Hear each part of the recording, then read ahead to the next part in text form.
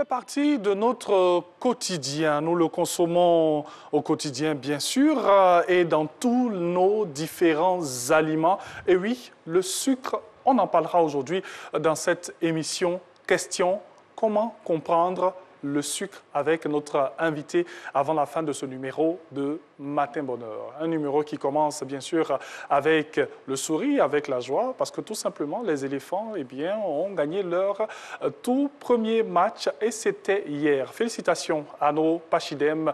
Vous aurez bien sûr dans cette émission quelques articulations qui vous permettront d'avoir toutes les actualités, et sans oublier bien sûr qu'on parlera de sport et aussi info au contenu pour terminer cette émission. Allez, installez-vous confortablement devant votre poste téléviseur et on aura bien sûr à vous proposer toutes ces couleurs que vous avez lorsque vous allumez votre télévision à partir de 6h25 et vous suivez la chaîne qui vous donne toutes les informations. Allez, météo et flash, c'est maintenant. Le café ensuite.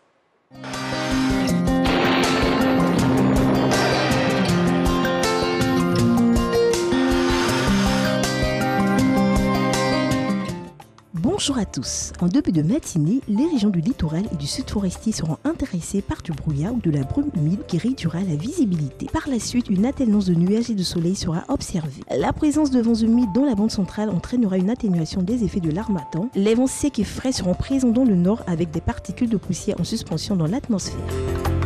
Les températures prévues pour la matinée entre à 22 degrés à Abégourou, 23 degrés à Abidjan et Adiaké, 21 degrés à Bondoukou, 18 degrés à Bouaké et Bouna, 20 degrés à Bondiali, 22 degrés à Daloa et Dimbokro, 21 degrés à Gagnoa, 19 degrés à Guiglou et Korogo, 18 degrés à Mans et Oudiné, une série de 23 degrés à San Pedro, Sassandra et Soubré, 22 degrés à Tabou, 24 degrés à Tiessalé, 19 degrés à Touba et enfin 22 degrés à Yamsoukro. Durant l'après-midi, l'ensemble du pays sera sous un temps généralement ensoleillé. Toutefois, malgré la faible intrusion des vents secs en début de période sur les régions du sud, des formations de nuages observées en fin d'après-midi sur le sud pourraient occasionner de faibles pluies sur les zones du littoral. Un temps chaud et sec avec une réduction de la visibilité par la brume sèche sera observé dans les régions du nord et de la bande centrale. Les valeurs au cours de l'après-midi afficheront 35 degrés à Abégourou, 32 degrés à Abidjan, 33 degrés à Adiaké. Série de 36 degrés sera observée sur les villes de Bouaké, Bouna, Bondiali, Daloa, Dimbokro et Gagnoa. En outre à 35 degrés à Guiglo, Korogo, Oudiné, 32 degrés à San Pedro et Sassandra, 30 degrés à Soubré, 31 degrés à Tabou, 33 degrés à Tiessalé, 35 degrés à Touba et enfin 36 degrés à Yamsoukro. Les régions du littoral pourraient observer la présence de brouillard qui pourrait réduire la visibilité en début de matinée. Merci d'avoir suivi ce bulletin météo. Je vous prie de passer une très bonne journée.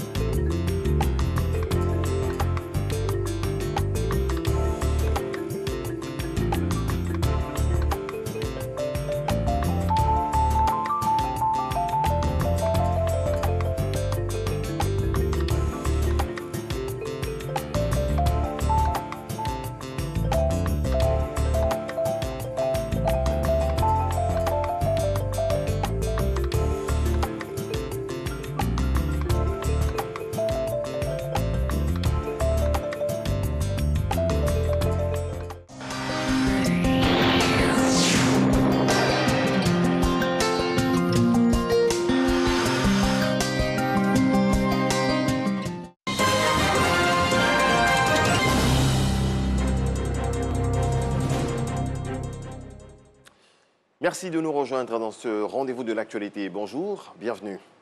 On démarre avec le Conseil des ministres qui s'est tenu hier au palais présidentiel à Abidjan-Plateau. Le gouvernement a décidé de la création d'un ordre national des infirmiers et infirmières. Une autre décision, celle d'instituer un ordre du mérite commercial et industriel pour récompenser les acteurs de ces secteurs. Le gouvernement a également dressé le bilan de l'opération d'identification et de délivrance de la carte nationale d'identité. Jérôme Kofi Abola. Deuxième numéro de l'année 2022, c'est avec le dynamisme que lui a inculqué le président Alassane Ouattara que le Conseil des ministres fait son installation ce mercredi au palais présidentiel. Comme toujours, l'occasion est opportune pour le chef de l'État et les membres du gouvernement de s'illustrer de la meilleure des manières avec les mesures prises conformément aux préoccupations quotidiennes.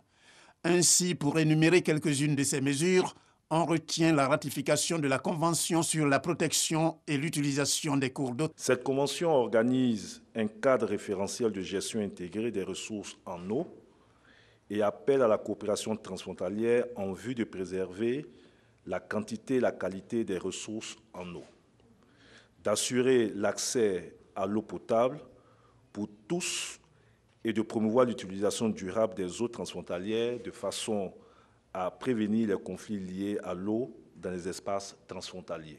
Le Conseil a par ailleurs parlé de la création de l'Ordre national des infirmiers. Il s'agit d'un projet de loi sur le respect des principes de la moralité et de la probité. Ce projet de loi organise la pratique de la profession infirmière et renforce les mécanismes de contrôle des infirmiers en vue d'améliorer la sécurité sanitaire des populations, la qualité des soins et la performance du système national de santé. Ainsi, ce projet de loi fixe les conditions particulières d'accès à la profession d'infirmière, définit les modalités d'organisation et de fonctionnement de l'ordre, ainsi que les procédures des élections ordinales. En outre, il met à la charge de l'ordre de veiller notamment au respect des principes de moralité, de probité et de dévouement, ainsi que l'observation par tous les membres des devoirs professionnels auxquels sont assujettis les infirmiers et les infirmières. En outre, le Conseil a fait de la délivrance des cartes nationales d'identité une préoccupation majeure.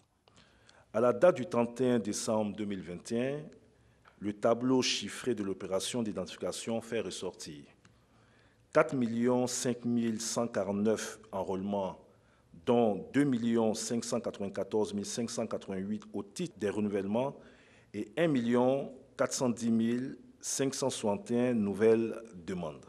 2 590 535 cartes produites et 2 022 851 cartes retirées. 1 101 877 dossiers en cours de traitement dans le système central, nécessitant pour certains la mise à disposition d'informations complémentaires et l'authentification des documents justificatifs fournis à l'enrôlement pour d'autres. Dans la perspective de répondre entièrement aux attentes des populations, le Conseil a instruit le ministre chargé de la Sécurité et l'ensemble des ministères concernés à l'effet de prendre les dispositions appropriées pour le traitement diligent des dossiers d'enrôlement des pétitionnaires et la délivrance rapide de la carte nationale d'identité. Le prochain Conseil des ministres se tient dans une semaine. Il est prévu pour plus de précision le 19 janvier 2022. Du football CAN 2021 pour la dernière rencontre de cette première journée de la phase de poule de la Coupe d'Afrique des Nations. La Côte d'Ivoire a tenu son rang face à la Guinée équatoriale. Les éléphants se sont rendus la tâche facile en prenant l'avantage très tôt dans cette rencontre, dès la 5e minute, avec le but de Max Gradel. Arsène Kouassi, RTI Sport. Très attendu dans la CAN, la Côte d'Ivoire n'a pas failli pour son entrée en lice dans la compétition. Opposé à une équipe équato-guinéenne bien en place tactiquement, les éléphants réalisent une meilleure entame et sont récompensés à la 6e minute de jeu grâce à Massalin Gradel. Un but matinal que les Ivoiriens préservent jusqu'à la mi-temps, malgré les assauts répétés des joueurs de la Guinée équatoriale. En seconde période, les Équato-Guinéens ont toujours la même mise sur le match, mais peinent à se montrer dangereux. Menacés par une éventuelle égalisation, les éléphants procèdent en contre et sont tout proches de faire le break, mais Nicolas Pepe manque d'efficacité par 2 fois. Puis, c'est au tour de Wilfried Zaha de frôler le montant gauche du gardien. Malgré la bonne volonté des éléphants, le score en reste là, 1-0, score final. La Côte d'Ivoire assure l'essentiel et prend les commandes du groupe E en attendant la prochaine sortie des éléphants, dimanche 16 janvier, face à la Sierra Leone à 16h. Dans le reste de l'actualité, en bref, en Afrique du Sud, 16 personnes ont été brûlées vives dans un minibus taxi après une collision avec un autre véhicule sur une route de la province de Limpopo dans le nord-est du pays. Prochain retour de l'actualité, 7 heures. Merci beaucoup à Régis Kofi. Voilà, il a dit 7 heures. On sera bien sûr avec lui pour vous donner d'autres points de l'actualité.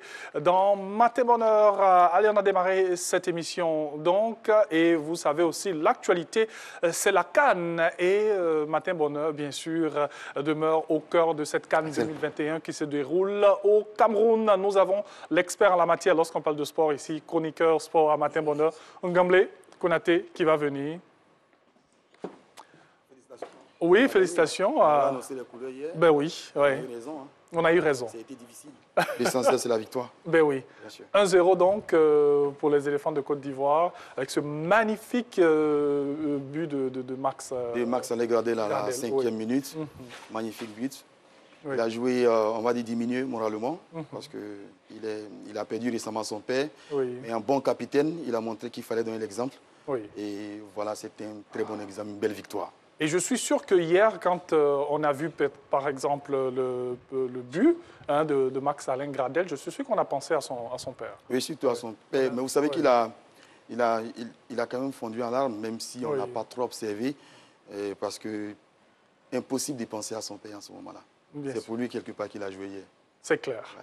Alors, la suite, on va la faire, bien sûr, en étant dans notre salon, pour parler des éléphants de Côte d'Ivoire, donc, et de cette victoire. On revient, bien sûr, sur cette importance d'avoir gagné. C'était toujours, on va dire, c'est toujours difficile de débuter une telle compétition. Oui. Vous savez, la plupart des ténors ont eu beaucoup de difficultés. Si vous avez remarqué durant, on va dire, cette première phase, enfin, la première journée de poule, aucune équipe ne s'est imposée par une marge de plus de 2 buts d'écart. Ça a toujours été des scores difficiles, des scores étriqués, mais le plus important, c'est de gagner. On sait que les équipes sont préparées dans des conditions difficiles, avec la crise sanitaire et tout. Les Ivoiriens nous ont fait peur, l'essentiel, c'est de gagner, c'était d'avoir les 3 points. Quand on sait que l'Algérie a été tenue en échec par la Sierra Leone, et l'essentiel, c'est d'avoir gagné. Voilà. Bien sûr. C'est vrai que vous avez, à travers ces pronostics-là, parlé de pas plus de 2 buts. C'est vrai qu'on a le Cameroun qui a oui, ils ont gagné 2-1. Mais 2-1, voilà. 2-1, c'est toujours une marge. C'est pour dire que peut-être que les équipes sont... il n'y a plus de petites équipes. Il n'y a plus de petites équipes. Oui. Et puis, les différentes nations se sont préparées quand même, on va dire, difficilement. Vous savez que la Côte d'Ivoire, par exemple, n'a pas disputé de match amical à cause de la Covid et tout. Il ne fallait pas prendre des risques. Donc, c'est un peu difficile pour tout le monde. Il y a le contingent européen qui est arrivé en retard après le 3 janvier. C'est valable pour la plupart des équipes. Donc, en ce qui concerne le jeu collectif et tout, je pense que c'est à partir de la deuxième journée qu'on verra. Donc, certaines équipes font la différence. On va parler un peu de possession de balles, 56% pour les Ivoiriens. Oui, pour les Ivoiriens, mais il faut dire que ce match-là, avant le match, vous savez, les Ivoiriens sont prudents, ils ont de l'humour. Oui. On va d'abord regarder cette vidéo de la méga star de reggae Alpha Blondy. Oui. Et puis juste après, on en parle. Si c'est parti. Éléphant. Éléphant.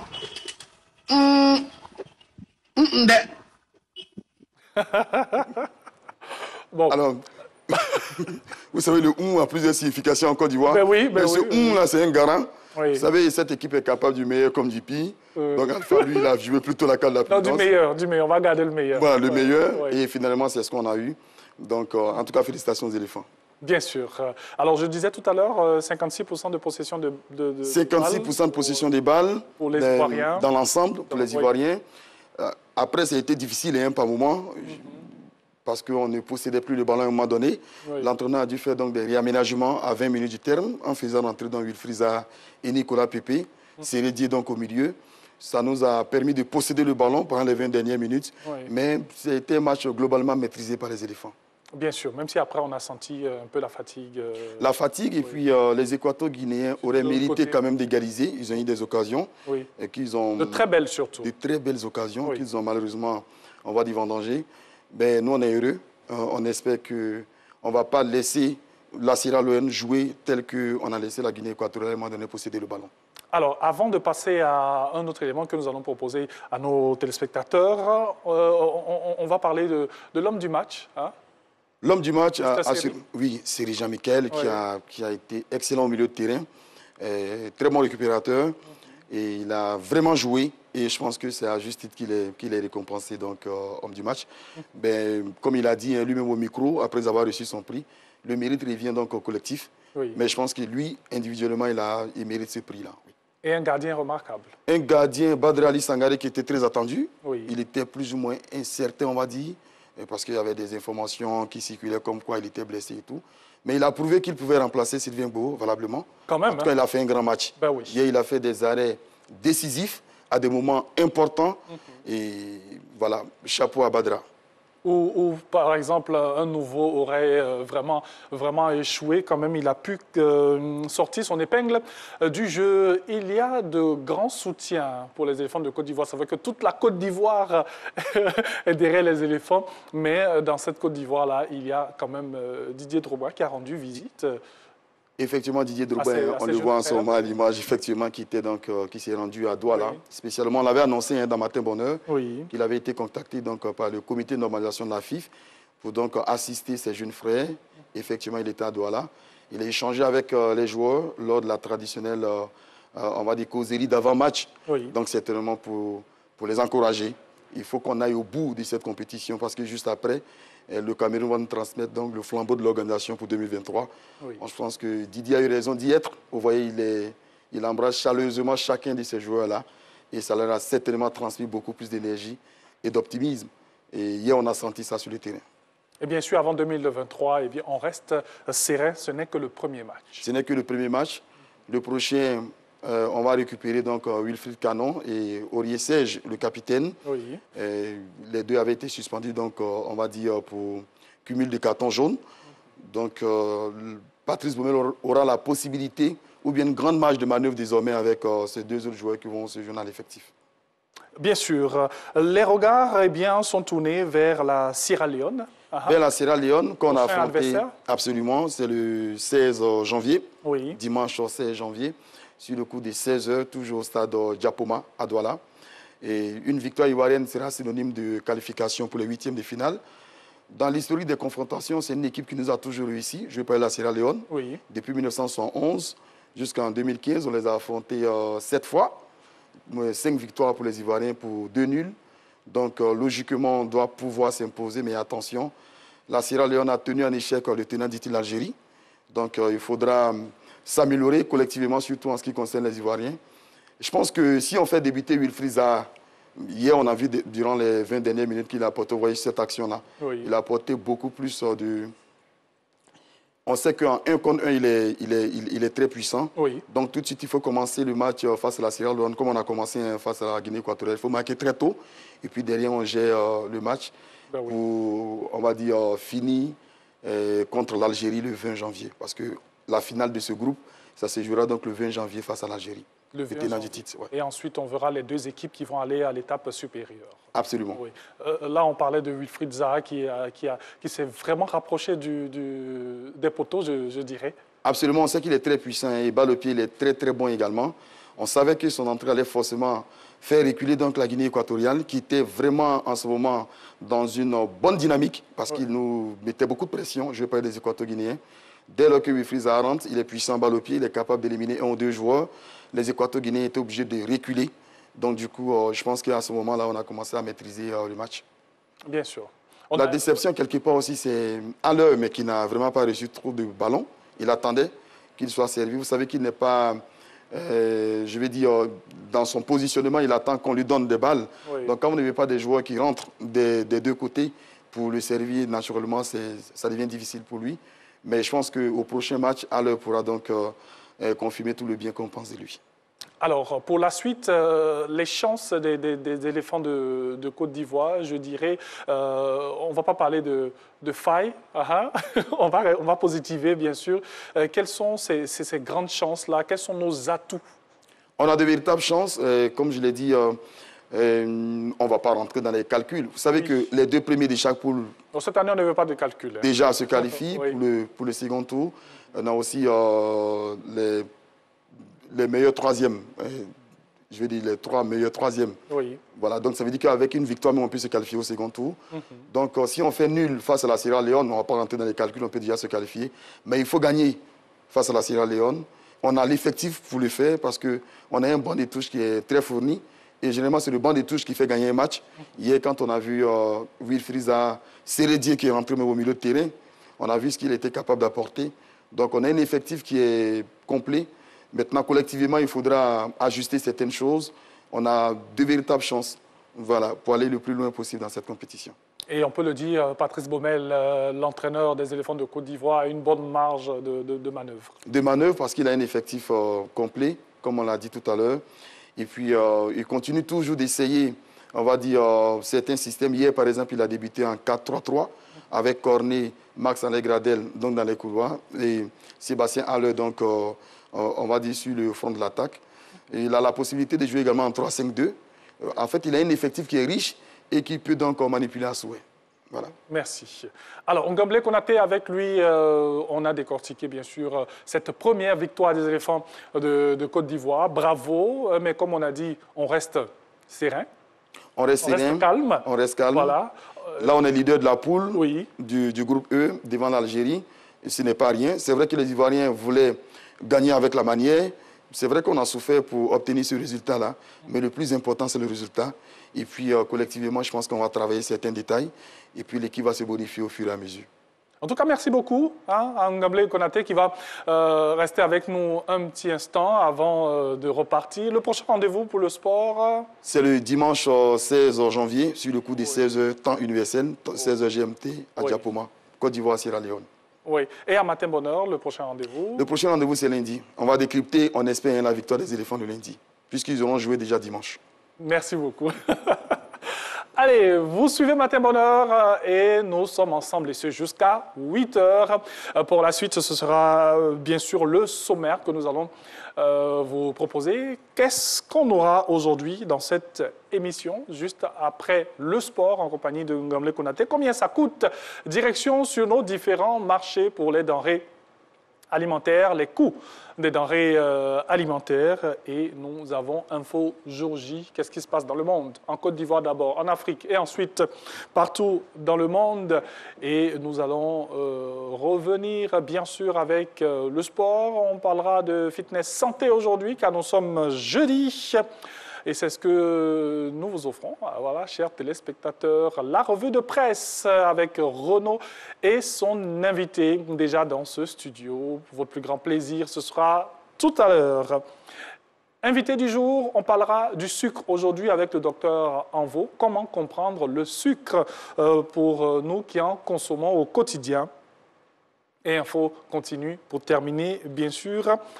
Ce temps d'antenne en votre compagnie, chers téléspectateurs. On part maintenant à l'info. À combien ça coûte d'abord, voilà, et ensuite Info Jour J.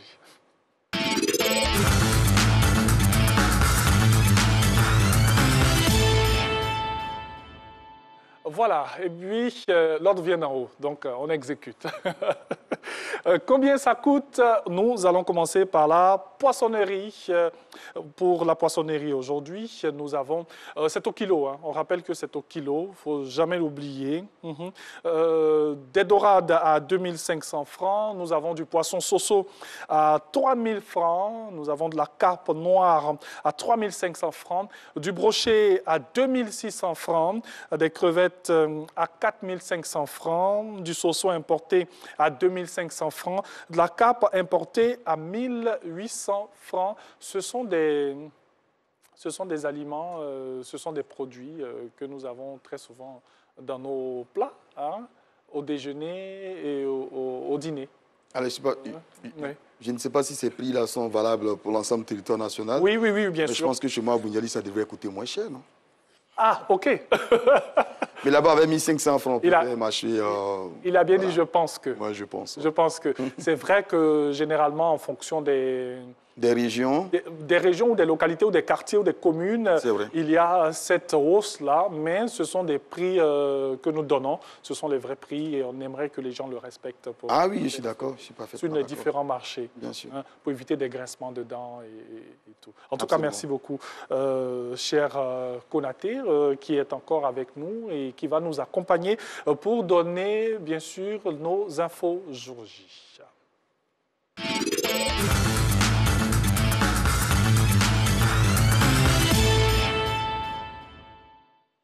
Pour les infos jour J, vous le savez, c'est la CAN, bien sûr, que nous avons encore aujourd'hui. Et il faut le dire, deuxième journée donc des différentes poules et rebelotes avec le groupe A.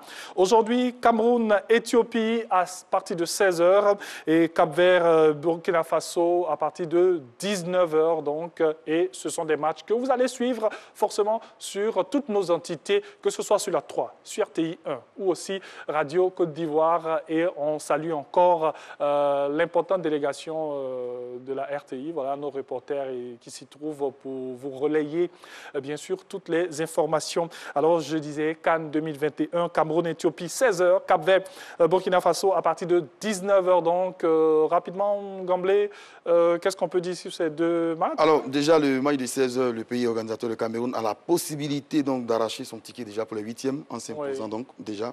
Déjà, le Cameroun est à l'aise avec une première victoire. Ils sont à l'aise. Le Burkina, on va dire les deux favoris de cette poule, c'est le Cameroun et le Burkina Faso. Oui. Le Burkina, qui s'est incliné lors de la première journée face au Cameroun, n'a pas le choix. Il faut absolument s'imposer donc cet après-midi pour espérer donc gagner le 3e match et se qualifier pour les 8e de finale. En tout cas, bonne chance au Cameroun, bonne chance à l'Éthiopie. Voilà, on donne la chance à tout le monde, et aussi au Cap-Vert et au Burkina Faso. Et on en profite pour saluer tous nos amis de Bobo-Dioulasso, de Gawa, voilà, de Ouagadougou et tout. Et pour les infos jour J, cérémonie de lancement officiel des outils d'enseignement du projet éducation numérique, ça c'est chez nous en Côte d'Ivoire. Ce sera aujourd'hui donc pour les infos jour J.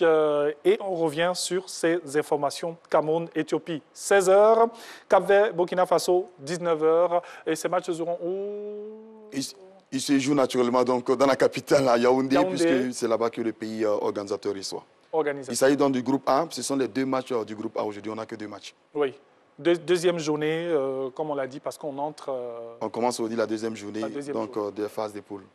Et après, on aura une 3e et dernière journée où les matchs se jouent à la même heure, pour éviter donc des arrangements. Ah oui, ça c'est clair.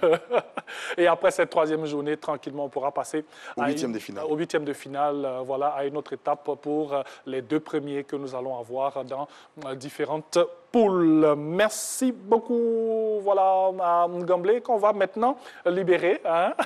On passe au sport et on se retrouve dans quelques instants pour la suite de nos programmes.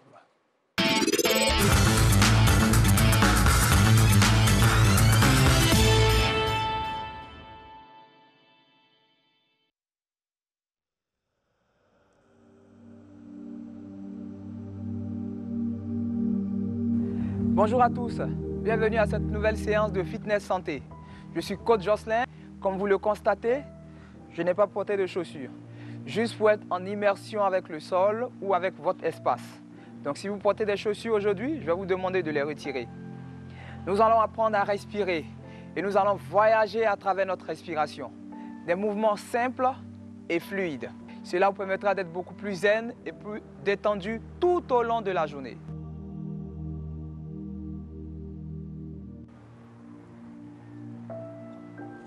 Très bien.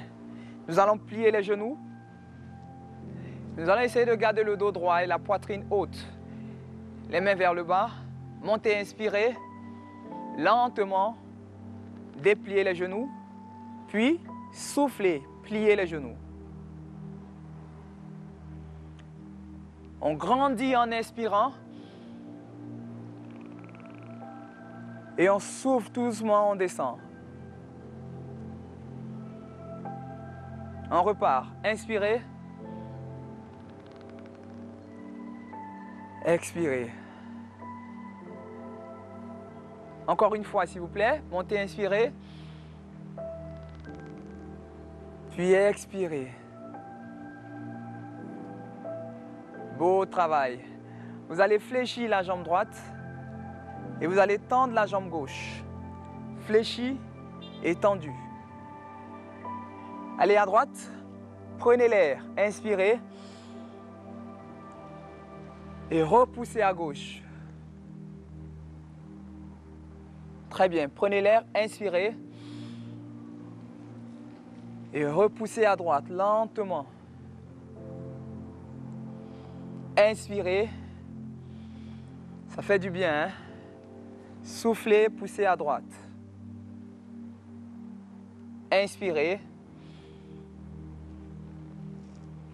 Pliez, poussez. Inspirez. Poussez. Dernière fois, inspirez. Et cette fois-ci, vous allez passer par le centre, soufflez. Très bien, restez en haut. Inspirez. Soufflez, expirez. On repart. Montez, inspirez. Expirez. Essayez de garder les talons au sol. Ne décollez pas les talons. Soyez ancrés dans le sol. Soyez en immersion totale avec le sol. On garde les talons au sol et on monte les bras. Inspirez. On expire. Imaginez que vous avez un fardeau sur les épaules. Et à l'expiration, vous déchargez. Encore une fois, montez. Expirez. Beau travail. Décollez les talons du sol, montez, restez sur pointe de pied. Puis soufflez, descendez, posez les talons et baissez les bras lentement, lentement.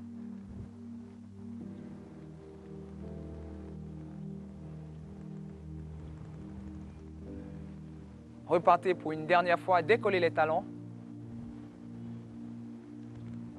Inspirez. Expirez.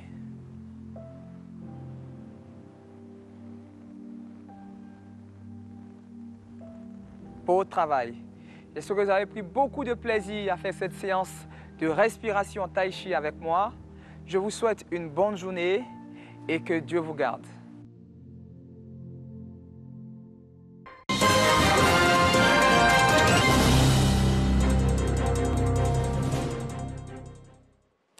Nouveau développement de l'actualité. Bienvenue à toutes et à tous. Les députés s'imprègnent du mode de fonctionnement du pôle économique et financier du parquet d'Abidjan. Une visite qui intervient avant l'adoption bientôt d'un texte qui vise à renforcer la lutte contre la corruption. Kolo Koulibaly. Ce mercredi matin, pôle économique et financier du parquet d'Abidjan. Comme c'est le cas tous les jours, les magistrats et leurs collaborateurs à la tâche pour le traitement des dossiers liés aux crimes économiques.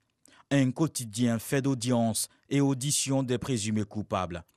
Une journée qui aujourd'hui est particulière pour cet organe juridique qui voit le jour en 2020. Des députés conduits par le président Abdoulaye Ben Meïté, la commission des affaires générales et institutionnelles veut comprendre le fonctionnement du pôle dont les compétences permettent d'adresser les faits de corruption, enrichissement illicite, financement du terrorisme, blanchiment de capitaux et crimes liés à la cybercriminalité. Ce sont des magistrats qui ont été formés, qui par le FBI, qui par l'Union européenne, qui par Expertise France, qui par l'ONU, etc. Donc ce sont des magistrats parmi les meilleurs magistrats, mais ce sont des magistrats outillés qui peuvent permettre au pôle pénal économique et financier de remplir sa mission et donner ce gage de bonne gouvernance-là à l'État de Côte d'Ivoire. Bientôt, ce ne sera plus un décret qui préside à la création du pôle économique et financier du parquet d'Abidjan, mais une loi dont le projet sera analysé dès la session parlementaire prochaine. La Côte d'Ivoire, qui a affiché sa volonté d'assainir la gestion des affaires publiques dès 2013, a intégré plusieurs mécanismes, dont le GAFI, le groupe d'action financière internationale. Un engagement qui ne laisse pas le Parlement indifférent.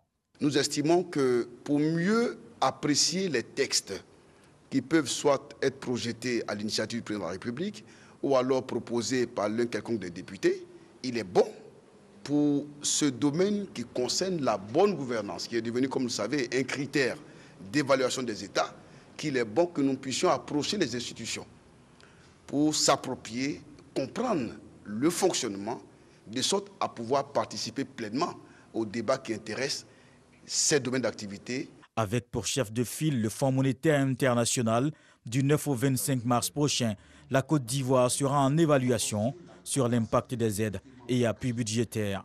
Les évaluateurs se rendront dans plusieurs ministères et structures de l'État. Le Fonds de solidarité africain a accordé une ligne de garantie de 60 milliards de francs CFA à la Chambre de commerce et d'industrie de Côte d'Ivoire. Ceci pour amener les banques ivoiriennes à assurer le financement des besoins exprimés par les entreprises. L'annonce a été faite ce mardi lors d'un forum à Abidjan Plateau. Dangui. Les petites et moyennes entreprises ivoiriennes, notamment celles des secteurs de l'agro-transformation, de l'hôtellerie et de l'agriculture, vont désormais avoir un accès facile au financement. C'est une assurance du Fonds de solidarité africain FSA à l'issue d'un forum d'échange entre une mission de ce fonds et le secteur privé ivoirien à la Chambre de commerce et d'industrie de Côte d'Ivoire. On attendait ça parce qu'aujourd'hui nos banques ont du mal à nous suivre. Quand vous arrivez à une banque pour vous avec un dossier, ils sont tout le temps en train de vous demander oui, ça. Mais aujourd'hui, si le Fonds de solidarité a décidé de nous accompagner, je pense que c'est un boom économique qui va se réaliser. Nous mettons avec la FSA qui nous donne les garanties solides et valables pour ne pas perdre du temps. À charge maintenant aux PME de mieux se structurer pour être éligibles à la palette d'instruments de financement que veut déployer le Fonds de solidarité africain en faveur du développement du secteur privé ivoirien. À travers justement l'accord que nous avons signé, et nous allons d'abord donner les bonnes informations et créer les conditions pour que les entreprises se structurent afin de leur permettre de bénéficier justement de ces fonds. Le FSA et la Chambre de commerce et d'industrie ont signé un accord pour, disent-ils, apporter un souffle nouveau au secteur privé ivoirien en mettant à sa disposition des solutions appropriées et pérennes aux problèmes de financement. Nous sommes prêts, à partir de ma déclaration-là, à donner à la Chambre de commerce une garantie de portefeuille de 60 milliards de francs CFA. Au président Fama de nous dire, voilà les banques au niveau desquelles il faut loger ces 60 milliards et nous allons les y loger sans difficulté de façon à ce que les banques elles-mêmes puissent instruire les requêtes de garantie directement. La Côte d'Ivoire se place en tête des pays bénéficiaires du FSA avec un total de garanties de plus de 140 milliards de francs CFA pour un financement d'environ 300 milliards mobilisés par les entreprises ivoiriennes selon le directeur général du FSA. En bref, la compagnie Air France a annoncé hier, mercredi, la suspension de ses liaisons avec le Mali avec effet immédiat après que Paris a emboîté le pas à la CEDEAO pour sanctionner l'agente militaire au pouvoir. Parlons à présent du coronavirus et les variants Omicron, même s'il provoque des symptômes moins sévères. Le variant détecté en fin novembre en Afrique du Sud, qui se propage depuis à un rythme inédit dans de nombreux pays, reste un virus dangereux. C'est la mise en garde du patron de l'Organisation mondiale de la santé, OMS. Un Américain de 57 ans s'est fait greffer avec un succès le cœur d'un porc génétiquement modifié, une première mondiale et surtout une avancée chirurgicale majeure qui pourrait être à terme une solution face à la pénurie d'organes. Près de 110 000 Américains sont actuellement sur liste d'attente pour une greffe. Retour de l'actualité à 7h30 et ce sera le dernier dans cette matinale. Bien sûr. Merci beaucoup, Régis. Et puis, voilà, comme il a dit, 7h30, il sera avec nous, bien sûr. Tu sais, je vais juste donner une information très importante. Okay. Hein? Mon café est super bon. Ah ouais, c'est également une information. Ben oui, mais on va te faire un bon café, voilà, serré ou léger? Léger. Léger, pas trop. Non, léger. Léger. Parce qu'après ça, bon, on va se reposer un tout petit peu quand même. Oui, on se repose et on reprend encore les activités parce que, comme on dit, l'info continue et il faut toujours vous en donner, chers téléspectateurs. Merci beaucoup à Régis. Et puis nous, on marque une petite pause juste après l'actualité et on se retrouve pour Matin Bonheur. Encore une fois, ce sera le second virage de cette émission. On aura la revue de presse avec Renaud Kevin Kobia qui reçoit un invité aujourd'hui que vous connaissez, M. Guillaume Bateau, directeur des rédactions de Notre Voix. Ce sera l'intégrale pour la revue de presse. Et on aura un invité aussi, Dr Envo Yves Blanchard. Avec lui, on va parler de comment comprendre le sucre que nous consommons au quotidien. À tout de suite.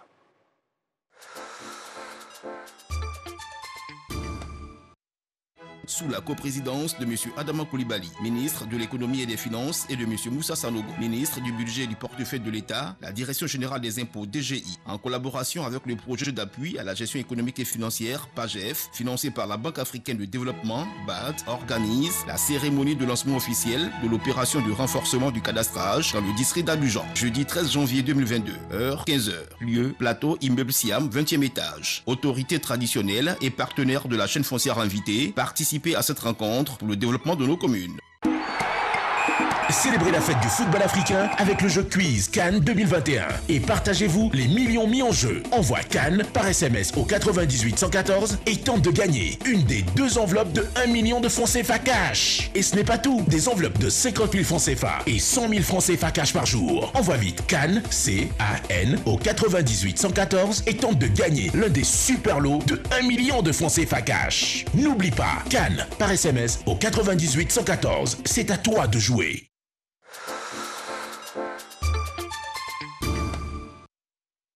Matin Bonheur vous offre maintenant la revue de presse avec Renaud et on l'a dit, il reçoit aujourd'hui pour décortiquer l'actualité le directeur des rédactions de Notre Voix, M. Guillaume Bateau, dans l'intégrale de la revue de presse.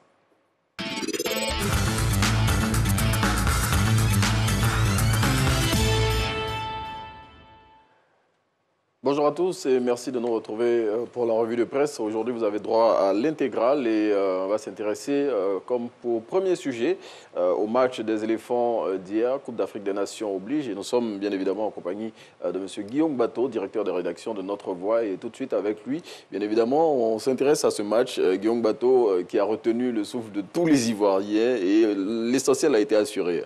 1-0. Oui, on est bien content d'avoir gagné ce match. Il faut vraiment remercier Max Gradel. Le héros de ce match. Oui, qui, de mon point de vue, a été celui vraiment qui s'est beaucoup battu au cours de ce match. Mais il faut le dire, les éléphants n'ont pas montré un très beau visage, beaucoup de déchets, à la finition surtout, les ratés de Pépé, de Zaha, les passes étaient mal assurées, oui. On les sentait un peu lourds, fatigués. Vraiment, c'est pas une très grande équipe des éléphants que nous avons vue. Heureusement pour nous que nous avions pas des adversaires, parce que la Guinée équatoriale s'est présentée finalement comme le meilleur partenaire. Hein, quelqu'un même disait qu'ils sont venus nous accompagner. Ils nous ont vraiment aidés. Parce que face à une équipe qui avait envie de faire autre chose, oui. Nous aurions perdu ce match, peut-être même par 3-1. Parce qu'ils ont un pénalty qui n'est pas sifflé. Oui. Ils ratent 2 buts tout faits dans la surface de réparation. Il faut les remercier pour leur contribution. Sinon, c'était pas bon. Mais en tout cas, on les remercie infiniment. Ils nous auront permis quand même de remporter notre premier match. Et puis en même temps, à la décharge des éléphants aussi, ils n'ont pas eu de véritable match de préparation. Pendant leur préparation en Arabie Saoudite, à Jeddah, ils n'ont pas eu de match de préparation. Donc, bon, on peut comprendre qu'ils aient été un peu lourds hier quand même. Oui, mais je pense qu'une équipe comme les éléphants de Côte d'Ivoire, avec tout le background, les joueurs de qualité, vous voyez Haller, vous voyez Pépé, vous voyez Zach, ce sont parmi les meilleurs dans les championnats européens. C'est Michael, par exemple, Franck Essé. Oui, par exemple, Franck Essé, hier, on l'a pas reconnu. Oui. Franck Essé, on ne l'a pas reconnu du tout. Bon, c'est vrai qu'il a pris un doigt dans l'œil, mais après, il est passé complètement à côté. Vous avez... Non, on espère je pense qu'on ne peut pas toujours excuser. Oui. Bon, on le dit, c'est le début, mais vraiment, c'était pas bon. C'était pas bon. On a une équipe des éléphants qui est vraiment partée à cause de son sujet. Le jeu était décousu, les passes n'étaient pas assurées. Pour illustrer cela, on peut gagner un match 1-0 et on peut bien jouer. On peut bien comprendre que les garçons sont battus, ils ont bien assuré, ils ont contrôlé leurs adversaires. Mais hier, ce n'était pas le cas. En tout cas, pour illustrer cela, Supersport, ça dit que les éléphants ont gagné un but, ils ont remporté les 3 points, mais ils nous ont donné plein de migraines quand même. Il faut que les éléphants nous épargnent ce genre de situation. En tout cas, on continue. On a une grande équipe, on a de grandes individualités. Oui. Cette Coupe d'Afrique, vu le niveau des équipes, on doit pouvoir avoir notre mot à dire et en imposer à nos adversaires. En tout cas, la Guinée équatoriale, la Sierra Leone. Guillaume Bateau, on comprend que ça vous est... C'est pas de foot de guerre, quand même. Amateur de football, et on comprend toutes ces analyses. On va passer sur notre sujet, Guillaume Bateau. On va parler du Conseil des ministres qui s'est tenu hier, le deuxième Conseil des ministres de l'année 2022, et plein de sujets étaient à l'ordre du jour.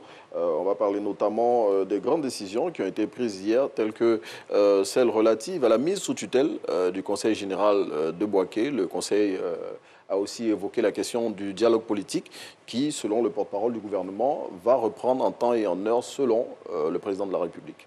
Oui, c'est dommage pour le Conseil régional du Bouaké. Son président élu, M. Mangwa Jacques, a eu des soucis judiciaires, il avait été remplacé. Depuis sa libération, la population de Bouaké avait espéré qu'il retrouverait sa place, mais il y avait des difficultés en interne. Oui. Je pense que finalement, ces difficultés n'ont pas trouvé de solution. Le gouvernement décide donc de prendre la main sur le conseil régional. C'est regrettable parce que la décentralisation permet aussi la participation des populations à travers leurs élus à la gestion de leur localité. Voilà, de leur situation, leur réalité. Mais bon, on a pratiquement 1 an du renouvellement des conseils régionaux. Oui. Peut-être que le gouvernement a estimé qu'il ne fallait pas encore recommencer, recréer des conditions qui auraient pu tourner à des conflits internes, qu'il fallait que l'État prenne la main et achève le mandat, les quelques mois qui restent. Bon, il faut espérer qu'aux prochaines élections, les choses se passent mieux, que le vainqueur ait la possibilité de mettre en œuvre son programme au service de nos parents du centre, parce que la région du Bouaké est une grande région de notre pays. On connaît les difficultés qui sont celles de nos populations. Oui. Et il serait intéressant que les autorités élues puissent développer leurs idées, leurs programmes. Malheureusement, ce ne sera pas le cas pour le conseil régional. Bon, on est obligé d'en prendre acte. Eh bien, on va reparler du conseil général tout à l'heure, mais je voudrais par exemple qu'on parle du dialogue politique qui va reprendre, on le sait tous, bientôt. Et le porte-parole du gouvernement, hier, à l'issue du conseil des ministres, a dit que la décision de la reprise revenait au président de la République, qui en est l'initiateur d'ailleurs, qui est l'initiateur de ce dialogue politique. Donc ça se fera en temps et en heure, selon la volonté de l'État. Alors, il faut comprendre aussi l'agacement des uns des autres, l'impatience, parce que les sujets à discuter ne manquent pas. Il y a beaucoup de situations qui gagneraient à être réglées. Vous savez que notre pays, malheureusement, connaît une instabilité politique depuis près de 30 ans. Et le dialogue politique amorcé et initié par le président de la République avait permis de régler un certain nombre de problèmes, faire baisser la tension. Tous les acteurs politiques et socio-économiques aussi sont en attente de ce dialogue. On espère qu'il va permettre donc d'apaiser la situation, de faire en sorte que la Côte d'Ivoire crée un environnement politique qui permette un jeu concurrentiel, un jeu sain, et que ce soit beaucoup plus de débats d'idées que des confrontations, la violence physique, la violence verbale, dont notre pays a beaucoup souffert. Donc je pense que c'est ce qui fait que les uns sont impatients. Oui. Le porte-parole adjoint du gouvernement qui s'est adressé hier à la presse a rassuré les uns les autres. Bon, on prend le gouvernement au mot, on attend que les choses se fassent rapidement parce qu'il y a encore des échéances, comme on l'a dit tout à l'heure, les locales dans 2023 déjà, environ un an. Oui. Il faut que tous les contentieux soient vidés et qu'on laisse place au débat d'idées, à la confrontation des idées, des programmes, pour que nos populations puissent choisir entre les différents projets programmes qui seront proposés par les différents partis politiques et qu'on sorte des élections émaillées de violence, en tout cas, c'est tout l'espoir qu'on a. Et on a tous les yeux rivés donc, dorénavant vers le président de la République. Et on attend en tout cas que la prochaine date, en tout cas la date de la reprise du dialogue politique, nous soit communiquée. Guillaume Bateau, on revient sur le cas du conseil régional de Bouaké parce que le Nouveau Réveil, en fait, en parle à sa une. Et selon le Nouveau Réveil, c'est un complot bien planifié du gouvernement. le fait que le conseil régional soit placé sous tutelle? Oh, bon, moi je ne dirais pas comme mes confrères et amis du Nouveau Réveil que c'était un complot. La situation s'est déroulée devant nous. Il y a eu le président Jacques Mangou a eu des ennuis judiciaires. Et comme le prévoit la loi, le gouvernement a désigné l'intérimaire. C'est une dame déjà. Oui. Après, oui, bon, on peut comprendre l'amertume de nos amis du Nouveau Réveil, mais il faut savoir raison garder. Ce n'est pas la première fois qu'une autorité locale est mise sous tutelle. En Côte d'Ivoire, ce n'est pas la première fois. Dans les années 90, quand les amis du Nouveau Réveil étaient au pouvoir, il y a eu des suspensions, des mises sous tutelle d'autorités. Je pense par exemple à la mairie de San Pedro à l'époque avec Feu Graclet. Il y a eu beaucoup de choses. Donc il faut... La Côte d'Ivoire n'est pas un pays nouveau. Ces choses-là arrivent. Il faut espérer qu'elles n'arrivent pas souvent. Mais ça arrive, il n'y a pas de complot. Il ne faut pas chercher le diable partout. Il n'y a pas de complot. Ce sont les textes qui sont prévus. On peut toujours discuter le processus de leur application à telle ou telle époque. Mais je pense que... Mais en fait, là où le Nouveau Réveil dit qu'il y a, bon, selon eux, complot, c'est parce que selon les textes qui régissent ce genre de mise sous tutelle-là, M. Mangou Jacques ne pourra pas compétir pour les prochaines élections à la tête du Conseil régional. Donc ils disent que, voilà... Oui, mais ce sont les textes. Ce sont les textes. Ce sont les textes et je pense que ces textes-là ne datent pas d'aujourd'hui. Voilà. C'est dommage que cela frappe M. Mangou Jacques, mais ce sont les textes. Voilà, quand un conseil a été dissous, ces membres élus ne peuvent pas compétir à l'élection qui vient par la suite. C'est dommage, c'est regrettable pour M. Mangou Jacques et ses amis, mais bon, ce sont les textes. Ce sont les textes et c'est la loi et il faut... La loi est dure, mais il faut l'appliquer. Et il faut s'y conformer. Voilà. Eh bien, autre sujet qui est développé, lui, par l'expression, c'est celui relatif à la plus puissante mafia italienne qui aurait échoué à Abidjan. L'information a été donnée hier par la présidente du pôle économique et financier qui recevait une délégation de l'Assemblée nationale. Oui, c'est une nouvelle qui réjouit. Vous savez que la question de la drogue, c'est une question qui préoccupe tous les États, notamment nos États de l'Afrique de l'Ouest, parce que malheureusement, depuis quelques années, l'Afrique de l'Ouest tend à devenir une plaque tournante du trafic de drogue dans le monde. Je pense que l'information donnée par la présidente du pôle économique et financier du tribunal d'Abidjan ne peut que réjouir les uns et les autres. Il faut souhaiter que ce travail se fasse pour endiguer ce fléau, parce que notre jeunesse, malheureusement, est la première victime du trafic de drogue. Et il faut souhaiter vraiment que les magistrats de ce pôle-là renforcent leurs efforts en collaboration avec tous les services de l'État qui s'occupent de ce genre de sujets pour que nous puissions juguler ce fléau, parce que la drogue est un vrai danger pour notre jeunesse, pour la population de façon générale. Et il faut se féliciter donc de ces efforts et des résultats. Il faut encourager aussi le pôle économique à communiquer souvent, régulièrement. Il ne faut pas attendre la visite des députés. Il faut organiser des rencontres régulières avec la presse, avec les médias, avec la société civile, avec les leaders d'opinion. Pour savoir ce qui se fait. Pour savoir ce qu'on fait. Et il faut qu'on ait la culture. On a la culture de la redevabilité. Notre administration est encore trop fermée, trop jacobine, n'a pas le réflexe de donner l'information. Et ça, c'est une grosse faiblesse. Beaucoup est fait souvent, mais dans l'anonymat, dans l'ignorance totale, il faut que cela se corrige. Il faut remercier les députés, la Commission des affaires générales institutionnelles, qui est allée au contact de ce pôle économique. Mais c'est aussi le rôle des députés de susciter... Oui, ils doivent faire plus que ça. Voilà, les députés doivent faire plus que ça. Nos députés doivent s'investir. On va déjà les féliciter pour cette initiative qui a permis à la présidente... On l'a félicité. Ils doivent faire plus. Les députés, ils sont élus, ils doivent faire plus. Parce que l'action parlementaire doit permettre un contrôle de l'action gouvernementale dans tous les domaines. Et je trouve même que nos députés n'en font pas assez. On a beaucoup de députés qu'on ne voit pas sur le terrain, qu'on ne voit pas aller informer leur population pour les informer sur les lois qui ont été votées. On ne les voit pas aussi prendre la parole souvent devant les médias pour donner l'opinion de leur population sur les difficultés qu'elles vivent au quotidien. Je trouve que nos députés sont un peu paresseux. En termes d'information, ça c'est Guillaume Bateau qui le dit. En termes d'information, cette visite en tout cas des députés a permis à la présidente du pôle économique et financier du tribunal d'Abidjan de dire que le réseau en question est très bien huilé.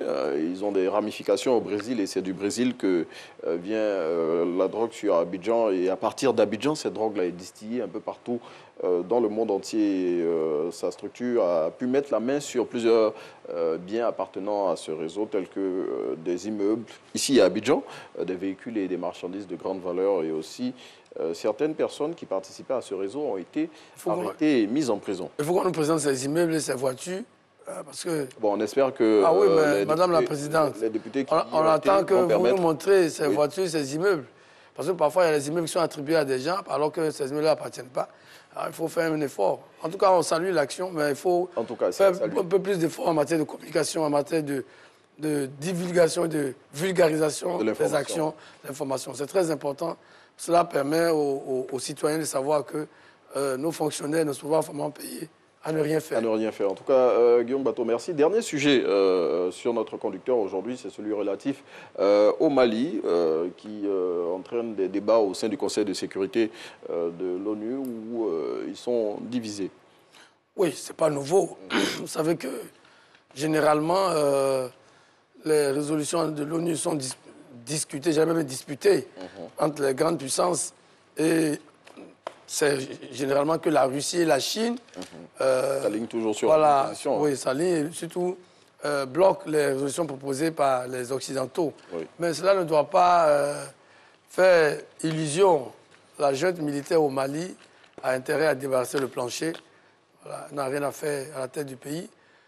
Ils ont fait un coup d'État malheureux, injustifié. Cela va faire bientôt 2 ans. Ils ne peuvent pas venir aujourd'hui demander 5 ans de plus.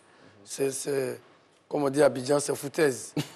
Mais en tout cas, ce mardi, voilà, ils n'ont pas pu s'accorder, en tout cas, sur un projet. Mais déjà, les sanctions de la CEDEAO, je crois, commencent à faire leur effet. Oui. Commencent à faire leur effet. L'Union européenne, la France, qui sont nos partenaires traditionnels, mais les États-Unis même, soutiennent ces sanctions de la CEDEAO. Moi-même, je les soutiens. Voilà, moi-même, je soutiens les sanctions. Est-ce que la voix de Guillaume Bateau porte au Conseil de sécurité là, non, la question? Ma voix compte à mon niveau. Mais en tout cas... Moi, ma voix compte à mon niveau. Je soutiens les sanctions de la CEDEAO. Il faut mettre fin au coup d'État en Afrique. Bon, ça, ce n'est pas à l'honneur de nos pays que nos militaires, au lieu de défendre le territoire, retournent les armes que les citoyens mettent à leur disposition pour les défendre contre les institutions. Pour moi, tolérance zéro contre les putschistes. M. Goïta et ses amis.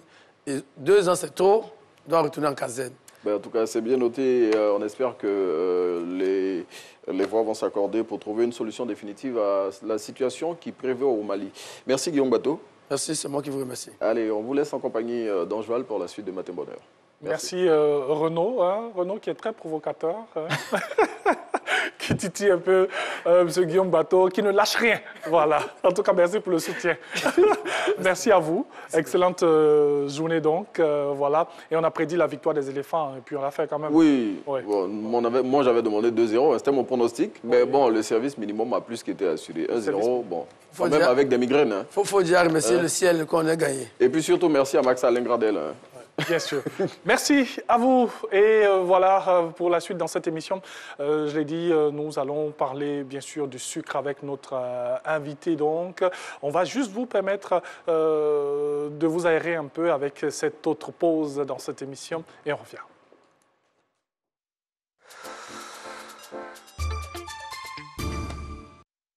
Sous la coprésidence de M. Adama Coulibaly, ministre de l'économie et des finances, et de M. Moussa Sanogo, ministre du budget et du portefeuille de l'État, la Direction générale des impôts DGI, en collaboration avec le projet d'appui à la gestion économique et financière PAGEF, financé par la Banque africaine de développement BAD, organise la cérémonie de lancement officiel de l'opération de renforcement du cadastrage dans le district d'Abidjan, jeudi 13 janvier 2022, heure 15h, lieu plateau immeuble Siam, 20e étage. Autorités traditionnelles et partenaires de la chaîne foncière invitée participent à cette rencontre pour le développement de nos communes.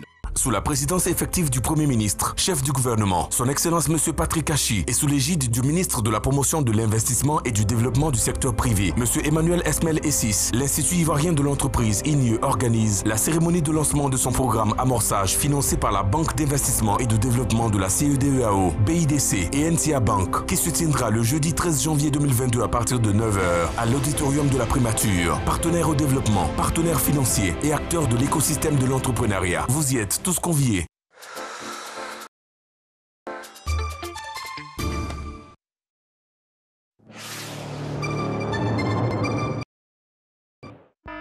Information Covid-19.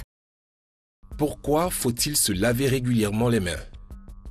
La Covid-19 est un virus qui peut nous infecter en passant par les yeux, le nez ou la bouche.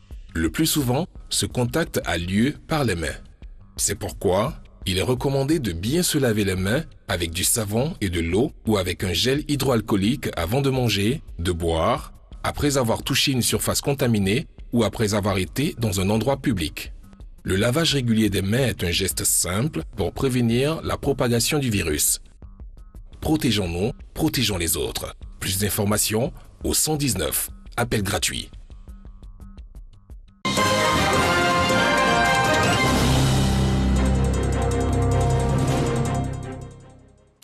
Bienvenue dans ce coup d'œil sur l'actualité, à commencer par le Conseil des ministres qui s'est tenu hier au Palais présidentiel à Abidjan-Plateau.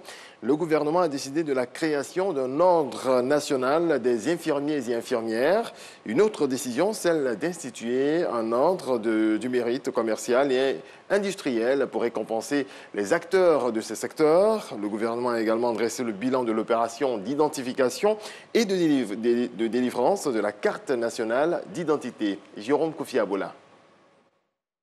Deuxième numéro de l'année 2022, c'est avec le dynamisme que lui a inculqué le président Alassane Ouattara que le Conseil des ministres fait son installation ce mercredi au Palais présidentiel. Comme toujours, l'occasion est opportune pour le chef de l'État et les membres du gouvernement de s'illustrer de la meilleure des manières avec les mesures prises conformément aux préoccupations quotidiennes. Ainsi, pour énumérer quelques-unes de ces mesures, on retient la ratification de la Convention sur la protection et l'utilisation des cours d'eau. Cette convention organise un cadre référentiel de gestion intégrée des ressources en eau et appelle à la coopération transfrontalière en vue de préserver la quantité et la qualité des ressources en eau, d'assurer l'accès à l'eau potable pour tous et de promouvoir l'utilisation durable des eaux transfrontalières de façon à prévenir les conflits liés à l'eau dans les espaces transfrontaliers. Le Conseil a par ailleurs parlé de la création de l'Ordre national des infirmiers. Il s'agit d'un projet de loi sur le respect des principes de la moralité et de la probité. Ce projet de loi organise la pratique de la profession infirmière et renforce les mécanismes de contrôle des infirmiers en vue d'améliorer la sécurité sanitaire des populations, la qualité des soins et la performance du système national de santé. Ainsi, ce projet de loi fixe les conditions particulières d'accès à la profession d'infirmière, définit les modalités d'organisation et de fonctionnement de l'ordre, ainsi que les procédures des élections ordinales. En outre, il met à la charge de l'ordre de veiller notamment au respect des principes de moralité, de probité et de dévouement, ainsi que l'observation par tous les membres des devoirs professionnels auxquels sont assujettis les infirmiers et les infirmières. En outre, le Conseil a fait de la délivrance des cartes nationales d'identité une préoccupation majeure. À la date du 31 décembre 2021, le tableau chiffré de l'opération d'identification fait ressortir 4 5 149 enrôlements, dont 2 594 588 au titre des renouvellements et 1 410 561 nouvelles demandes. 2 590 535 cartes produites et 2 22 851 cartes retirées.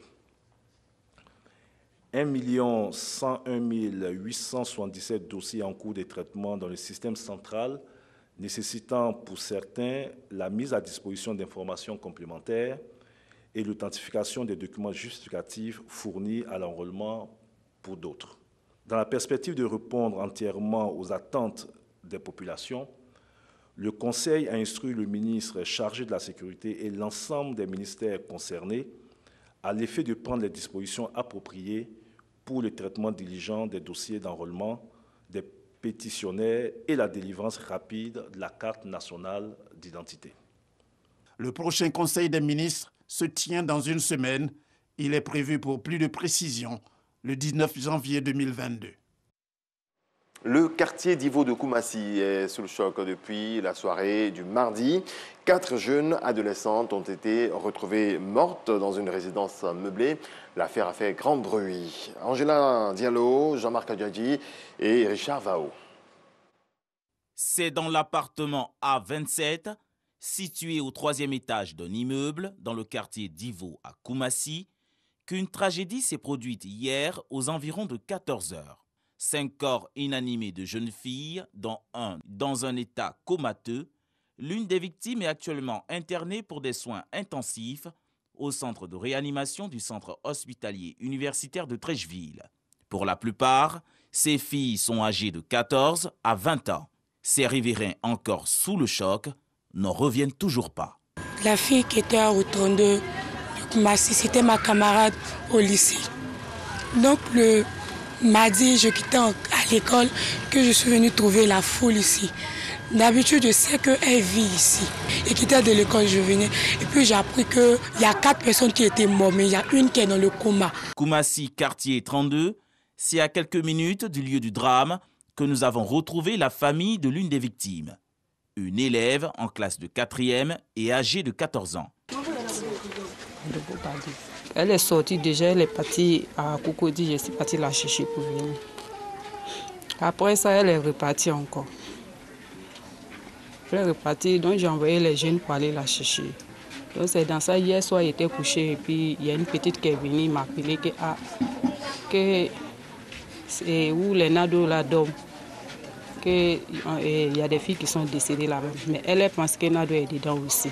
C'est là on est parti vers au quartier d'Ivo, à la mort. C'est là que je suis partie. C'est arrivé, ils ont fait sortir le corps identifié. Ils voient que vraiment elle est dedans. Il faut accentuer donc, les campagnes de sensibilisation que nous ferons bien sûr. C'est vrai que l'État a des outils de moralisation de la vie. Les jeunes doivent savoir qu'il y a des infrastructures dans la commune qui leur permettent donc de se former.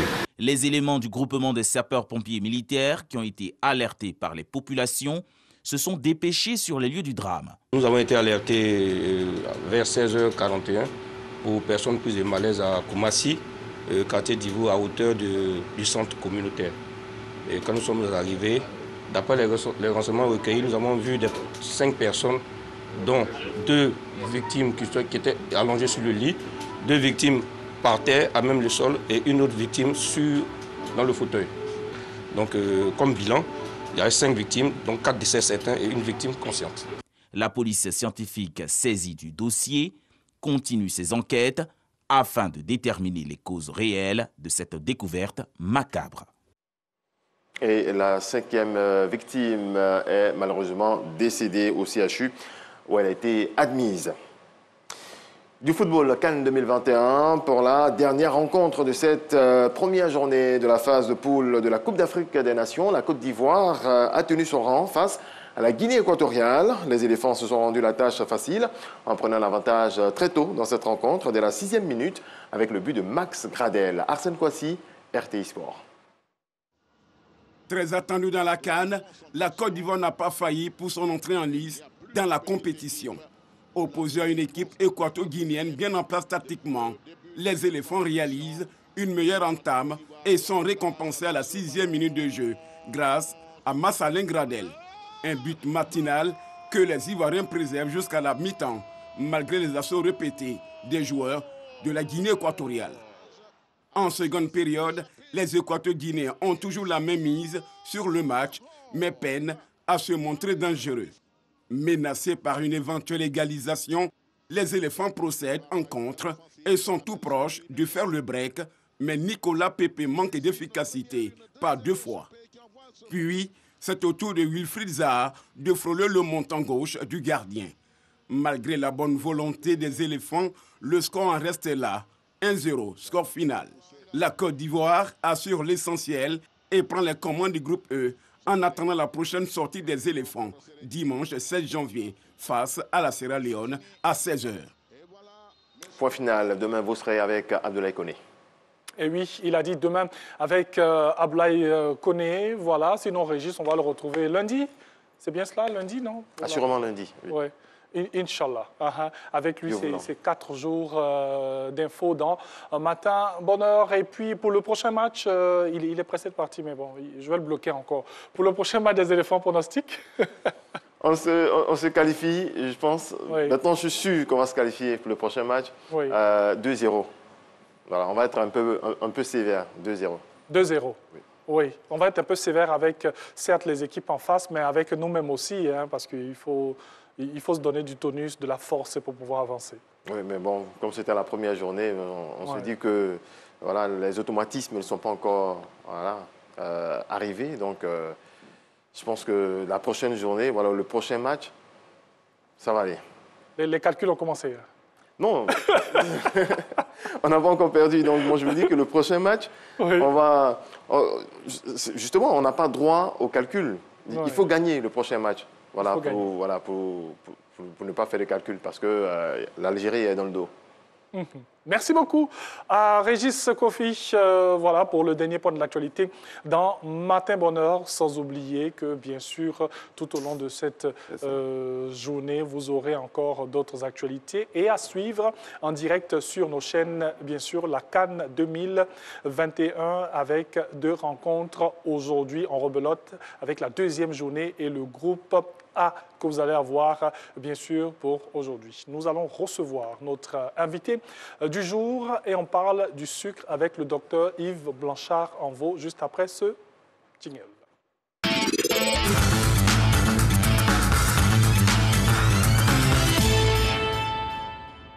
Et nous l'invitons dans notre salon, docteur Yves Blanchard-Envaux, voilà, qui va s'installer. Je vais me mettre juste en face de lui.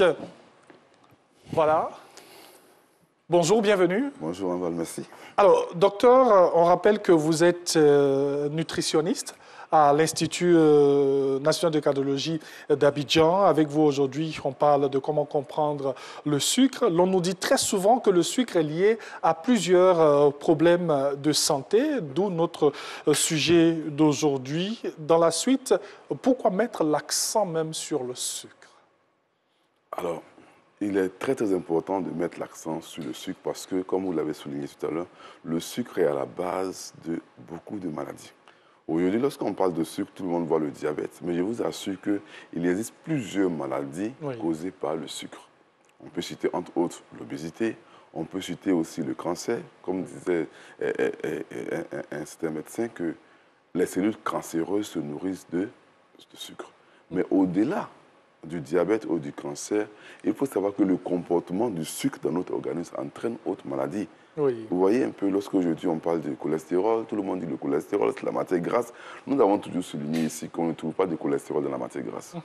Voilà. Donc, c'est vraiment lorsque je reçois des patients qui ont un problème de cholestérol, de triglycérides, donc je n'accuse pas forcément le gras qu'ils mangent. J'accuse surtout la quantité d'aliments que nous mangeons. Et soyez sûr que la plupart de ce que nous mangeons est riche en sucre.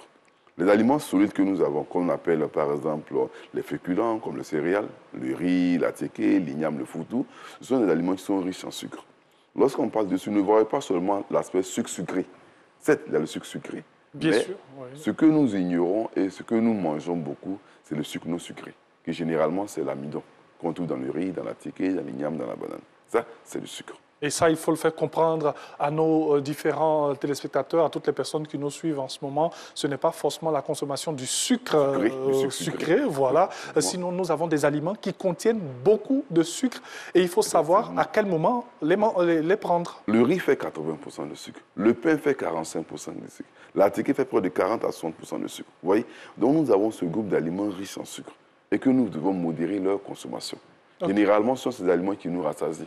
Donc, il faut savoir les consommer. Souvent, nous avons tendance à consommer et à comparer notre mode alimentaire à ce qui s'est passé avant, au temps de nos parents. Mais je vous assure, les temps ont changé. Aujourd'hui, nous ne dépensons pas beaucoup d'énergie. Moi, souvent, je demande, alors, aujourd'hui, vous êtes à Cocody, vous allez travailler au plateau. Combien de personnes sont prêtes à marcher de Cocody au plateau? Donc, si nous ne dépensons pas beaucoup d'énergie, alors ne faisons pas rentrer beaucoup d'énergie. Et aujourd'hui, quand nous comparons la dépense énergétique à ce que nous mangeons, nous voyons que nous consommons beaucoup de sucre. Alors, quels sont les différents types de sucre que nous avons? Il existe différents types de sucre que nous avons classés généralement, sucre simple, sucre rapide. Sucre simple, rapide et sucre complexe. Généralement, ce que nous appelons les sucres complexes, c'est les sucres qui ne sont pas sucrés. Par exemple, l'amidon qu'on trouve dans le riz. Lorsque vous mangez un plat de riz, vous allez goûter, ce n'est pas sucré. C'est après que vous allez voir, après les compositions, vous allez sentir un peu du goût sucré. Mais quand vous allez manger l'igname, la banane non mûre est sucrée, est riche en sucre. La banane non mûre? La banane non mûre est riche en sucre. Donc, généralement, ça trompe souvent les diabétiques. Donc, nous avons ce sucre non sucré, ce sucre complexe qu'on trouve dans les amidons. Mais aussi, il y a les sucres simples. Les sucres simples, que généralement, on trouve les sucres sucrés. Par exemple, dans les jus, dans les bonbons, dans les aliments. Dans les friandises. Dans les friandises, effectivement, ceux-là sont sucrés. Et généralement, ce sont ces sucres simples qui induisent ce que nous appelons le cholestérol. C'est pourquoi, en science, on a développé ce qu'on appelle l'index glycémique des aliments. C'est-à-dire que la vitesse à laquelle un sucre descend dans le sang, la vitesse à laquelle un aliment descend dans le sang. Généralement, les sucres complexes, les sucres lents, vous voyez un peu dans le riz, la tiquée, l'igname, la banane, ces sucres descendent lentement dans le sang et ces aliments ne sont pas dangereux. Et au contraire, les sucres rapides, c'est ces sucres ayant un indice glycémique élevé, qui descendent vite dans le sang, sont les premiers responsables de la production de cholestérol. Donc, sont aussi responsables des maladies cardiovasculaires. Vous avez parlé bien de descente lente ou de descente rapide de ces sucres. C'est comme ça que ces sucres-là se comportent dans nos organismes? Effectivement, c'est comme ça que ça se passe. Alors, je vous prends un exemple simple. Lorsque vous allez vous préparer le riz, bon, vous le préparez, que vous laissez le riz refroidi, que vous le mangez, ce sucre descend lentement dans le sang.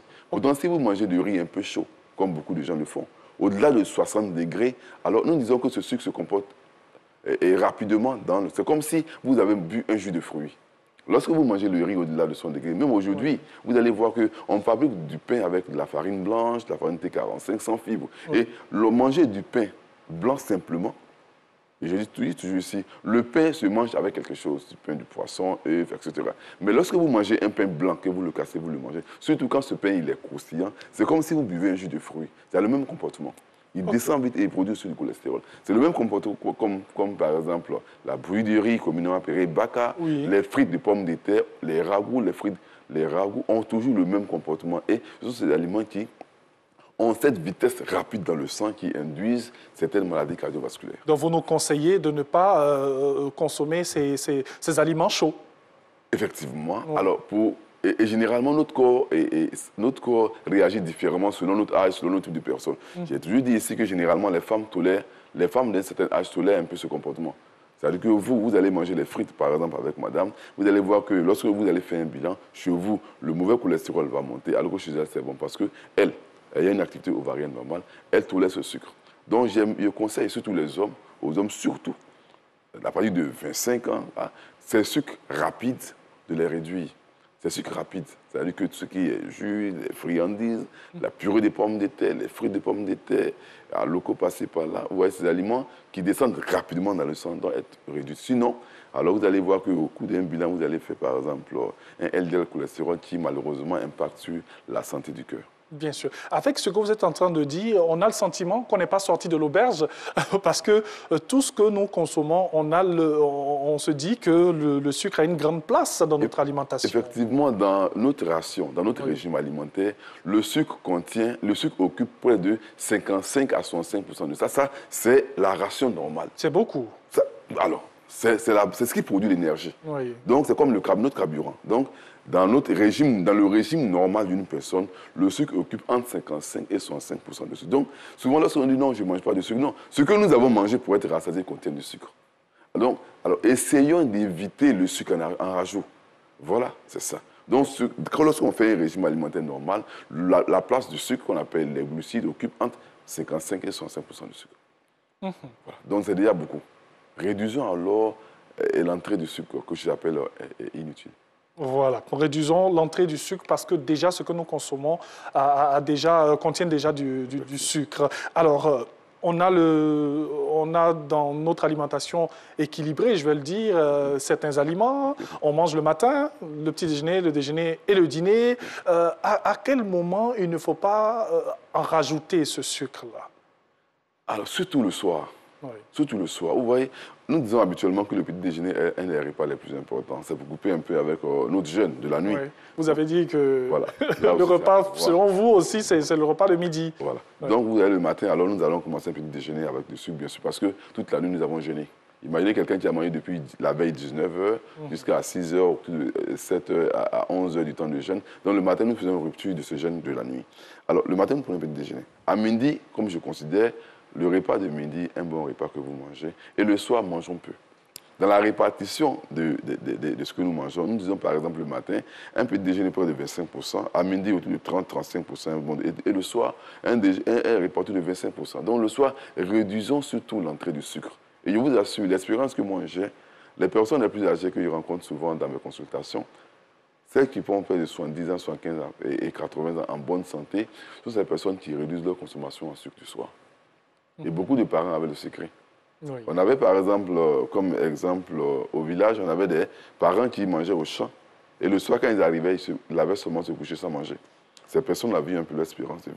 Oui. On avait des personnes qui avaient un seul repas avec 15h, 16h, et le soir, ils ne mangeaient plus.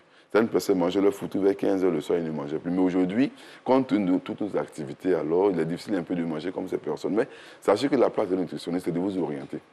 Alors, la remarque, c'est que les soirs, les personnes qui mangent les aliments les plus riches en sucre sont les plus exposées au diabète. Je vous assure qu'on dit, non, la journée, je n'ai pas le temps de manger, je suis tellement occupé. Mais le diabète, c'est aussi ça. Le diabète, c'est aussi dire que la journée, je n'ai pas le temps de manger. Et le soir, par exemple, on consomme près de 37 carreaux de sucre dans un plat de riz. Oui. C'est là le problème. Alors, je conseille de faire un effort. Ayez le temps, donnez-vous du temps, organisez-vous avant un repas. Comme je vous ai dit, le sucre occupe entre 55 et 65% de sucre dans notre alimentation. Il n'est pas intéressant de prendre cette quantité de sucre-là. Vous savez qu'un plat de riz fait près de 37 carreaux de sucre. Un plat de riz que nous mangeons. Oui. Un plat de riz de plus de 30 et 300 grammes peut faire près de 30 à 37 carreaux de sucre. Donc, vous voyez que le soir, vous allez rentrer manger un plat de riz ou bien un plat de foutou. Vous voyez que alors, ce taux de sucre que vous faites rentrer le soir, tous les 30 carreaux de sucre. À la longue, ça va avoir des conséquences sur notre santé. Je vous assure. Une des premières conséquences, on appelle le diabète. Alors, on va rester sur les conséquences, sur les dangers. Il nous reste juste 4 petites minutes pour terminer cet entretien. Quels sont les dangers pour faire comprendre aux populations que le rajout du sucre n'est pas bien pour notre santé? Alors, le premier danger que nous connaissons tous, c'est le diabète. Et vous savez, le diabète est impliqué dans plusieurs maladies. Oui. Le diabète est impliqué dans les affections oculaires. Le diabète est impliqué dans les maladies cardiovasculaires. Le diabète est impliqué dans les maladies de la peau. Donc, le diabète est impliqué un peu partout. C'est pourquoi souvent, généralement, les personnes d'un certain âge que je rencontre, je leur dis, traquons le diabète. Traquons le diabète. Donc, le diabète. Il y a aussi les maladies cardiovasculaires. Comme je vous l'ai dit tout à l'heure, certaines personnes souffrent depuis des années des problèmes de cholestérol, LDL cholestérol, beaucoup de triglycérides. Alors, ils accusent la graisse. Non, ce n'est pas la graisse que vous avez mangée, mais c'est votre manière de manger le sucre. Et comme je vous ai dit, tous les aliments ayant un index glycémique élevé, c'est-à-dire que les aliments qui descendent vite dans le sang que vous mangez régulièrement, vous aurez un LDL cholestérol élevé. Et là, généralement, c'est la source de la production de ce qu'on appelle les athérome qui va boucher un peu les artères. Donc, c'est un sucre rapide. Il y a aussi la quantité que nous mangeons. Oui. Les cellules cancéreuses se nourrissent de sucre. Donc, vous voyez, donc, tout ce que vous serez habitué à manger beaucoup de sucre, vous allez voir que, alors, et quand vous mangez beaucoup, alors, le foie essaie de traiter un peu cet aliment. Mais lorsque vous mangez un aliment que vous n'avez pas digéré, à midi, vous mangez une quantité encore importante, le soir, vous mangez, vous allez voir que lors des bilans, vous allez avoir beaucoup de graisse dans le sang. Ce qu'on appelle les triglycérides. Vous voyez un peu. Donc, voici un peu quelques maladies. Et c'était le diabète, le cancer, les maladies cardiovasculaires, parce que le sucre se transforme induit une production de cholestérol au niveau de notre organisme. Oui. Voici un peu quelques maladies. Alors, et aussi, la remarque, les travaux que nous faisons aujourd'hui montrent que lorsque vous prenez du sucre simple, les sucres rapides, généralement après 17 h du soir, alors les yeux sont impactés. Aujourd'hui, beaucoup de personnes, vous allez voir un peu derrière les ordinateurs, portant des lunettes. Alors, qu'est-ce que vous avez? Non, c'est l'ordinateur. Non, je vous assure, les lunettes, la lumière des lunettes d'appareil peut impacter les yeux, mais soyez sûr, pour beaucoup de personnes, le diabète ou bien le sucre rapide y est pour beaucoup. Surtout si vous avez remarqué, beaucoup de personnes portent des lunettes à Abidjan. beaucoup de personnes. Alors, je les invite les uns les autres de faire beaucoup attention à leur consommation en sucre. Même si c'est un seul fruit que vous le mangez, si vous le mangez le soir, alors ça impacte sur les yeux. C'est ça. Donc, il y a cité le diabète, les maladies cardiovasculaires, au niveau du cholestérol, les triglycérides, le cancer et surtout les affections oculaires. Ce que vous venez de dire à l'instant m'emmène à poser cette question. Quelle est, bien sûr, la quantité de sucre en grammes que nous devons consommer? Alors, lorsqu'on dira la quantité de sucre en grammes, vous allez dire, oh, mais c'est beaucoup. Mais généralement, nous mangeons beaucoup de sucre. Mais lorsque c'est exprimé sous forme de carreaux de sucre, ça nous fait peur. On peut dire, par exemple, que par jour, on peut manger près de 500 grammes de sucre, bien 600 grammes de sucre. Mais comme c'est sous forme d'amino qui n'est pas sucré, on ne le sent pas. On ne le sent pas. Voilà, vous allez manger un plat de foutou de 300 grammes, 200 grammes, voilà, bien sûr. Mais ça sera difficile de prendre un carreau de sucre comme ça. Là, ça fait peur. Voilà. Oui. Mais lorsqu'on vous dit, par exemple, lorsque vous prenez un plat de riz, vous mangez 37 carreaux de sucre, là, ça vous fait peur. Vous vous rendez compte qu'en vérité, vous mangez beaucoup de sucre. C'est ça. Voilà. Et surtout quand on consomme des aliments comme le riz les soirs et tout, oui, et tout le temps. Voilà, généralement. Pour les enfants, ça passe. Mais les études que je fais, comme vous le savez bien sûr, enseignant-chercheur, nous faisons la recherche, les travaux que je fais montrent par exemple qu'au-delà de 42 ans, le garçon doit réduire sa consommation en sucre le soir.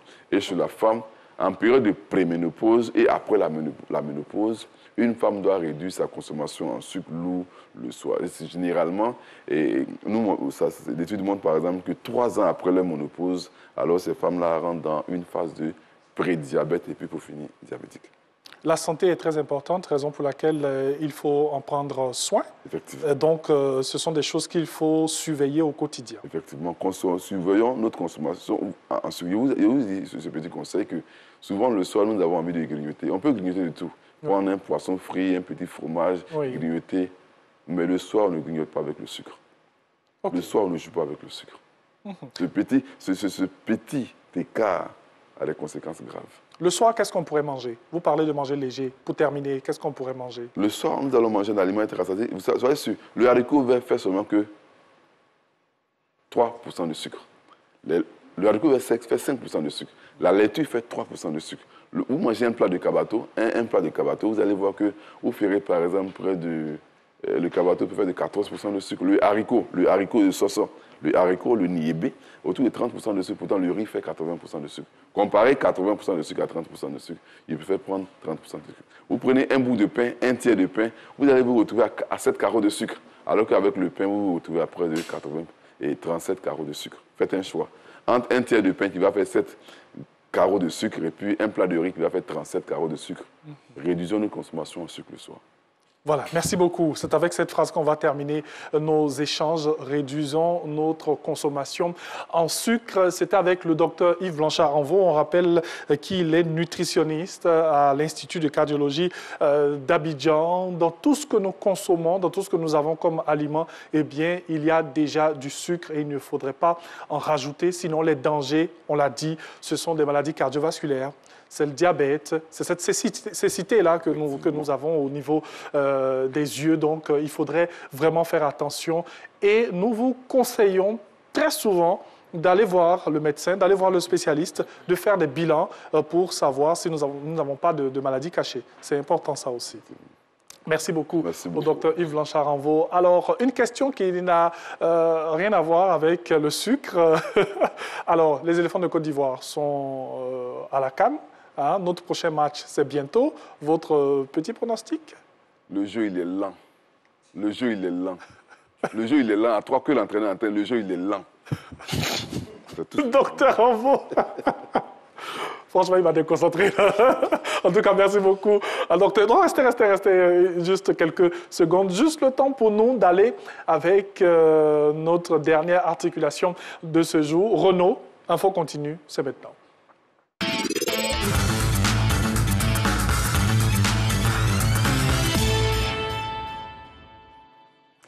Merci de nous retrouver pour l'info continue. Au Nigeria, Twitter est de nouveau autorisé après 7 mois de suspension dans le pays. Eh bien, c'est l'annonce faite par le gouvernement de la première puissance économique du continent, selon les autorités nigérianes. Après plusieurs mois de négociations, le réseau social a accédé à toutes les conditions fixées par le gouvernement fédéral, notamment en matière de taxation et de gestion des contenus ne respectant pas les lois du Nigeria. Le musée Hancock de Newcastle va rapatrier une œuvre d'art en bronze au Bénin. Dérobée par l'armée britannique au 19e siècle, cette œuvre, qui ressemble à un instrument de musique, fait partie des objets de la collection d'ethnographie du musée Hancock de Newcastle en Grande-Bretagne.